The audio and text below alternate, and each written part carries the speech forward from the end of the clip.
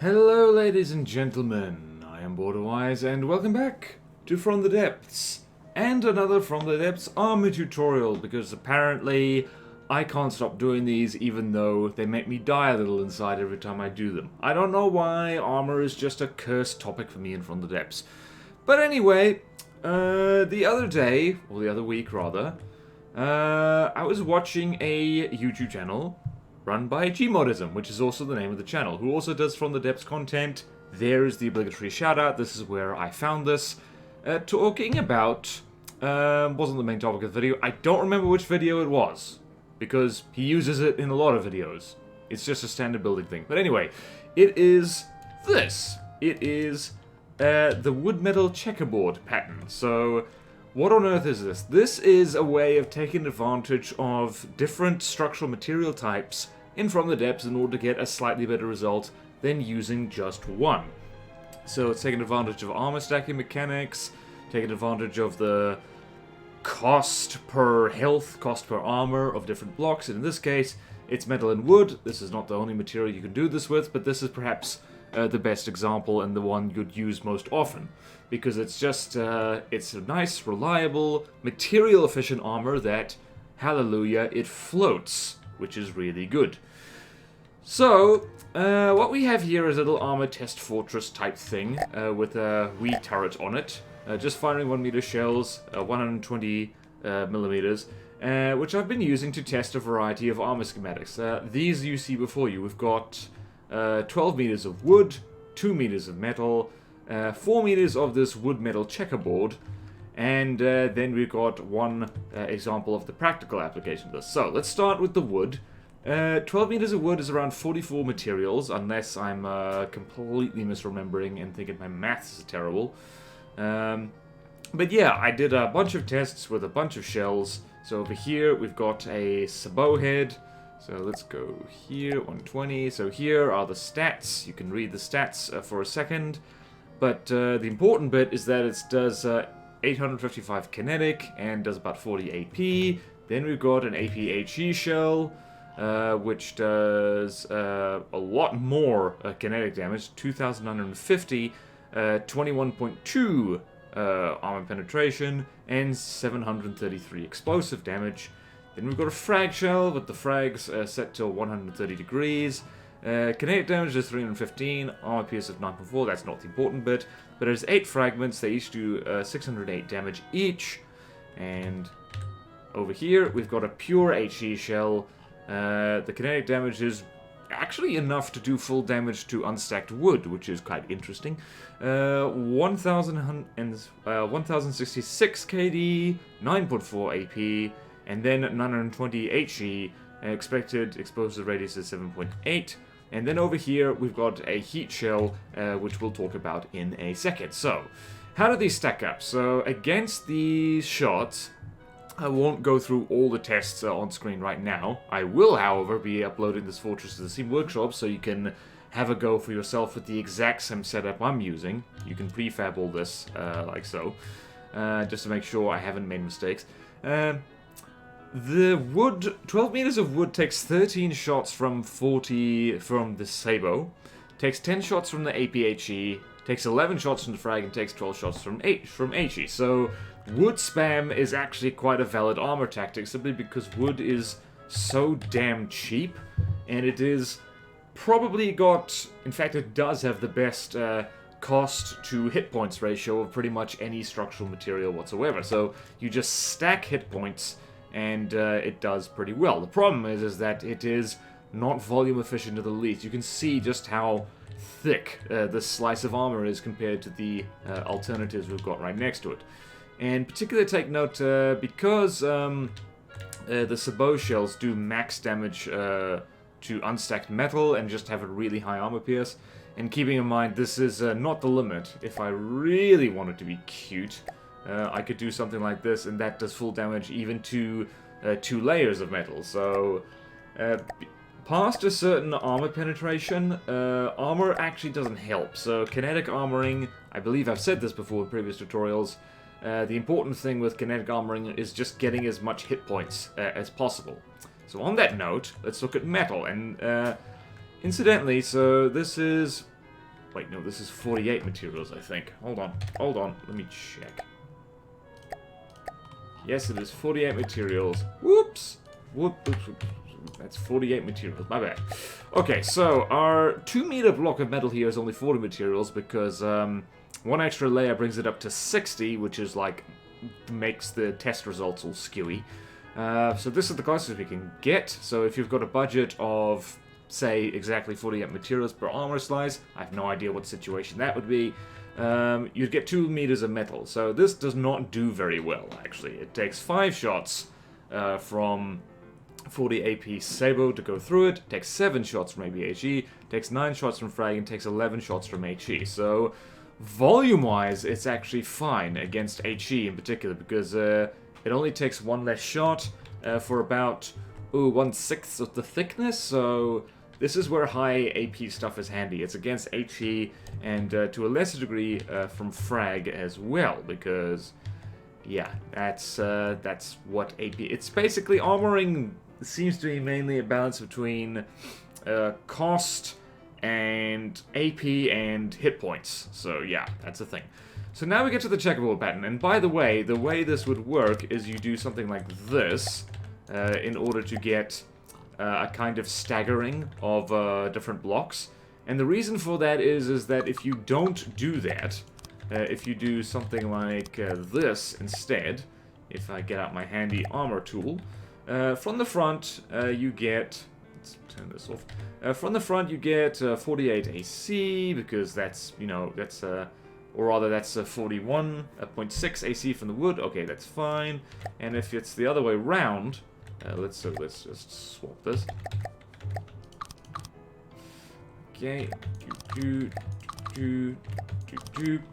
if it's the other way around, you get double health. This is one of the main advantages of this, is because wood backed by metal has basically twice the armor class, which means it takes half as much damage from other things that would usually do full damage to it, like Frag and HE and Flak and stuff. So the problem with just doing this is that as you, if you get a different angled shot, you'll see that the AC drops dramatically. It goes from the front about 16 to back to 9.6, because it's just wood backed by wood on the side here. So if you do the crosshatchy thing, or the checkerboard thing rather, what you get is that, damn it, there we go. So if you rotate around, you get a nice, you get it backed on all sides basically. So from this angle, it's on not only just not doing very well, it's just got that AC, but there's nothing behind it there, so that's fine. But from here and from here, just this nice, what is it, 180, what's 180 plus 90, like, 180 plus 90 is like 270 degrees, it's backed by metal on both sides, and that's the reason for the checkerboard, by the way. So how well does this do exactly? Well, it doesn't do as well as wood, but it does better than metal, while having considerably less volume than the wood slice. So it takes 7 shots from the sabot, which is 2 more than 2 meters of metal, takes 8 shots from APHE, takes 10 from Frag, and takes 13 from HE. So it actually does better against HE damage, and then just a huge stack of wood, which makes sense, because armor. So what's interesting here is that this is twice as thick, it's twice the volume, but it's like only 8 materials more. So just by adding a layer of wood, or rather 2 layers of wood into layers of metal, like, that means that your armor has actually gotten a noticeably better. So it goes from taking 5 shots, in this particular case, from Sabo, it goes to 7, 2 more. That can be a big difference. It goes from taking 7 from APHE to 8, 10, and the HE is actually great. So this is a decent armor scheme. It's combining. It is by your powers combined. You can make this work. So shooting test is probably quite handy. So let's go with, what shall we do? Let's go with the APHE one, because that is a shell that is generally kind of scary, and this isn't a particularly big, is not a particularly big shell, because I find that if you test with giant shells, particularly if you use railguns, big ones, pretty much all armor is kind of terrible against railguns, to be perfectly honest, because they do so much damage. Armor is really there to defend against the small stuff, and the big stuff, well, the best defense against that is to blow it up before it even shoots at you. So, let's just test if we've got the right shell in here. We do. Beautiful, beautiful. So let's start with our first one and see if we get the same results. So here is our giant slab of wood. 1, 2, 3, 4, 5, 6, 7, 8, 9, 10, 11, 12. And let us count the shots. So let's go here. Oh, that turns off. Let's count. 1, 2, 3, 4, 5, 6, 7, 8, 9, 10. There we go. Did that match? Yes, it did. Alright, now 2 meters of metal. See how you do. Don't even need to prefab this. That's not metal. That's the opposite of metal. Ready? 1, 2, 3, 4, 5, 6, 7. Yep, 7 consistent results. I was not imagining it. I was not going cuckoo crazy. And now we got the checkerboard. And so, the thing about the checkerboard is that because of the way armor stacking works, and because you are using the same number of blocks per layer, one layer is pretty much the same as any other, so if you go like so, it's still 2 meters of metal and 2 meters of wood per layer. So it might seem that this layer would be stronger because it's got metal in front, but there's just as much metal in this layer as well, and we'll get on to what you should do on the outside of your craft in 1 second, because we need to count the shots. Shots, shots, shots, everybody! I hate that song. 1, 2, 3, 4, 5, 6, 7, 8. Did that match? 8 shots from APHE, and now let's just test that.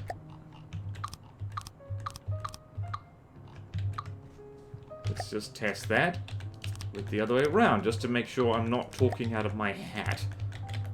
So, we want 8 shots. Will this be 8 shots? 1, 2, 3, 4, 5, 6, 7, 8. See? Exactly the same number of shots. I guess if you looked at the damage numbers more, it would be a little bit different. But in any case, so you see, this is a nice compromise. So, if you're going to use this practically, what do? Well, for one thing, you really don't want to put wood on the outside of your craft, because it is more delicate and it will get shot off first.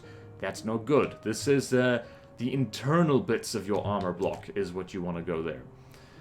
If you're going to stick wood on the outside, well, it might as well all be wood, because it is going to get stripped off and functions as a plate of armor rather than anything else. So, this is an example of what I would consider to be the practical use of this. And by the way, the minimum amount of this is 2 layers. So, a 2 meter layer of wood metal checkerboard is better than just 1 layer of metal. A 4 meter layer of it is better than just 2 meters of metal, and so it goes like that. So basically twice the thickness, but more effective overall.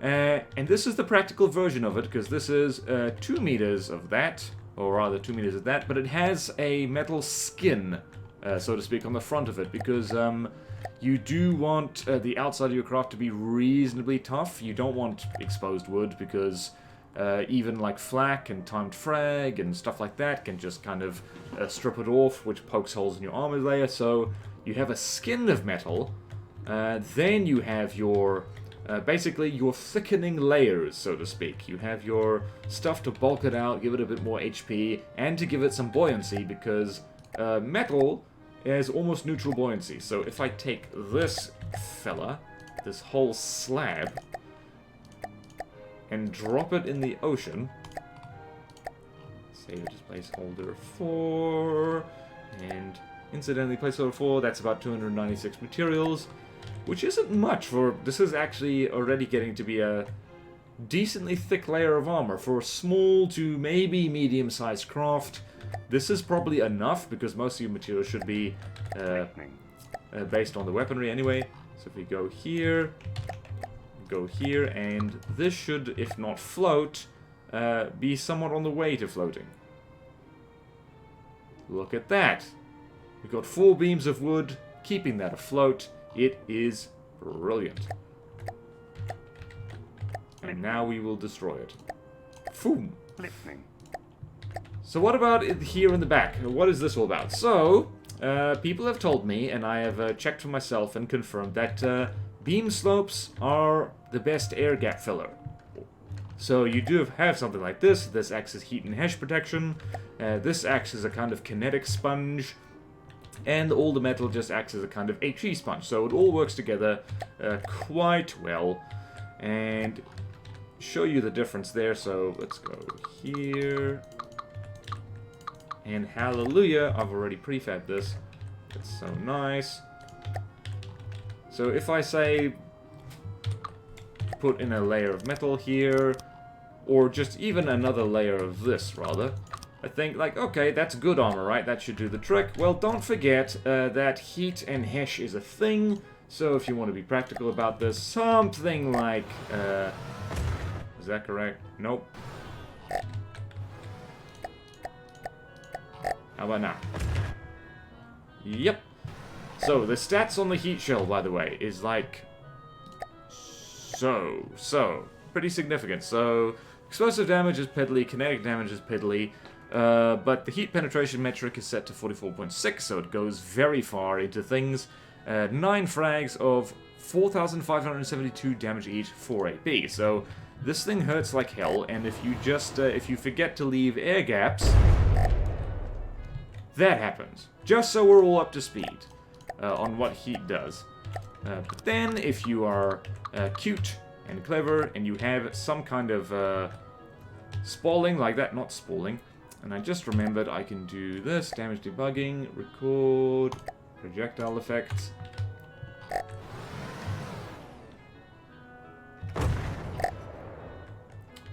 So you see right there, and handy block count thing, that slope is only at 82% health. It's caught all the stuff, and it's just... it's done so much better. And it actually takes quite a few shots in order to get through here. It takes 5 or 4. 2, 3, 4, 5, 6, 7, 8, 9, 10, 11, 12, 13, 14, 15, 16, 17, 18, 19, 20, 21. There we go. So you see, it had to take out not only the beam slope, but also the beam behind it. This is the great thing about beam slopes. They do actually benefit from armor stacking a little bit. And they're sloped. They're beam slopes. Okay, we can turn that off. Okay, so that's basically, I guess, checkerboard armor, plus a little bit of a reminder that air gap fillers are a very good idea. So I am quite fond of this type of armor. I've been meaning to make a video on it specifically for some time. Thank you, Gmodism, for sharing it with the world, and thank you to the person who actually told Gmodism. I do remember that he was informed by someone who went and did the math, and I don't remember their name, so many apologies. I think you're really cool anyway. So, thank you all so much for watching. Please like, comment, subscribe if you want to see more videos like this. Support me on Patreon or YouTube membership if you like. It really helps, and there's fun perks in it for you. Thank you to all my current supporters, and I will see you next time in From the Depths. Farewell.